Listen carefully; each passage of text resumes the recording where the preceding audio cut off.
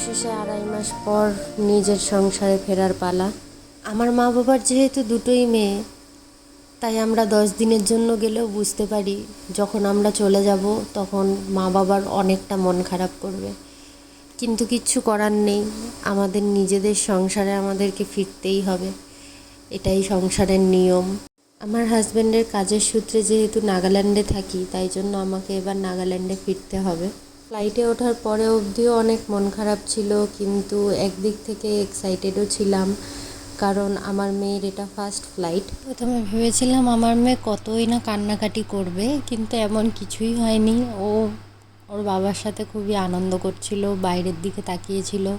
Flight attendant যারা ছিল তারা আমাদেরকে বলেই দিয়েছিল যে তোমরা চেষ্টা করবে বাচ্চাকে সবসময় ফ্লাইটের মধ্যে কিছু একটা খাওয়ানোর, তাহলে পরে ওর কানে কোনো ব্যথা হবে না।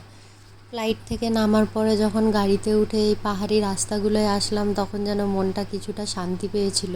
রাস্তায় কিছু কিছু জায়গায় মেঘ জমেছিল, যেহেতু এটা পাহাড়ি এলাকা।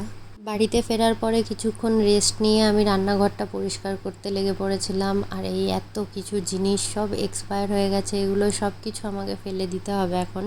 এখান থেকে যাওয়ার আগে এই জিনিসগুলো যদি দেখে আমি কাউকে দিয়ে যেতাম তাহলে বোধহয় বেশি ভালো হতো। এতগুলো জিনিস তাহলে আর নষ্ট হতো না। যাক, যা হবার হয়ে গেছে, কিছু আর করার নেই। বন্ধুরা, আজ তবে আমার এই ভিডিওটা এখানেই শেষ করি। তোমরা সবাই ভালো থেকো, সুস্থ থেকো, নিজেদের আপনজনেদের অবশ্যই ভালো রেখো। তোমাদের যদি আমার এই ভিডিওটা ভালো লাগে তাহলে অবশ্যই আমাকে লাইক, শেয়ার, কমেন্ট করতে ভুলবে না।